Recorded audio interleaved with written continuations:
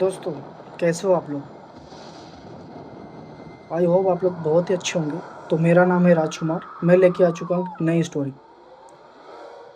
तो फ्रेंड्स, कभी आपने ये सोचा है कि कभी हम नाइट में अकेले या हमारे साथ कुछ ऐसा भी हुआ हो जिससे हमारे रोंगटे भी खड़े हो गए हों?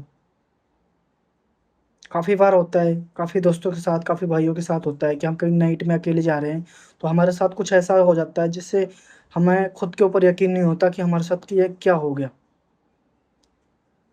तो दोस्तों, बात है 3 दोस्तों की, जो कि ये हिमाचल जाने की प्लानिंग करते हैं, घूमने जाने की।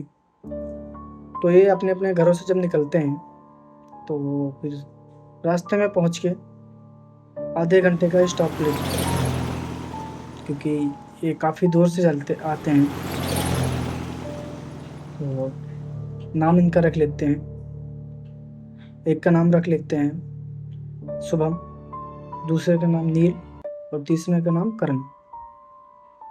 तो ये तीनों दोस्त जब घर से निकलते हैं, आधे रास्ते पहुँचते हैं, तो फिर आधे घंटे का स्टॉप लेते हैं। तो रास्ते में एक होटल पड़ता है, तो वहाँ पर रुकते हैं और तीनों दोस्त उस होटल के अंदर जाते हैं और वहाँ पे आराम करते हैं और कुछ चीज़ खाने के लिए लेते हैं और अपना खाना-वाना खा कर के आराम से एक जगह बैठते हैं और फ़ोन चलाने लगते हैं। तभी वहाँ पर एक नॉन बंदा आता है, जो कि इन तीनों में से दोस्तों में से कोई जानता नहीं उसको। तभी वो बंदा बोलता है कि भाई मुझे भूख लगी है, मुझे कुछ खाने को दे दो। तभी उसमें से करण बोलता है शुभम को कि शुभम भाई इसको कुछ दे देते हैं खाने के लिए, काफ़ी भूखा लग रहा है इंसान। तो फिर शुभम कहता है करण से, ठीक है भाई, कोई बात नहीं, खिला देते हैं। वैसे कहते हैं कि कहीं आप अकेले कभी रास्ते में कहीं जा रहे हो या नाइट सफ़र पे जा रहे हो या डे में भी कहीं चल रहे हो, तो मदद करते रहनी चाहिए। मदद करने से अपने आप को ही सेफ फ़ील होता है कि चलो हाँ, हमने इनकी मदद करी। आपसे जितना जितना कुछ हो सके, ज़रूरी नहीं है कि आप उसको घर ही बना के दो, पर नहीं, जितना आपसे हो सके उतना आप इंसान की मदद कर सकते हो। तो फिर शुभम कहता है करण से कि हाँ भाई, चल भाई को कुछ खिला देते हैं। फिर करण कहता है ठीक है।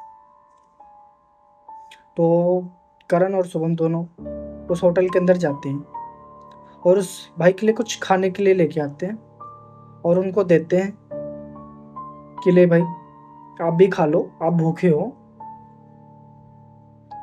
तो भाई जो भी बंदा था मांगने के लिए आया था, तो उसको देते हैं और वो लेके वो खाना चला जाता है।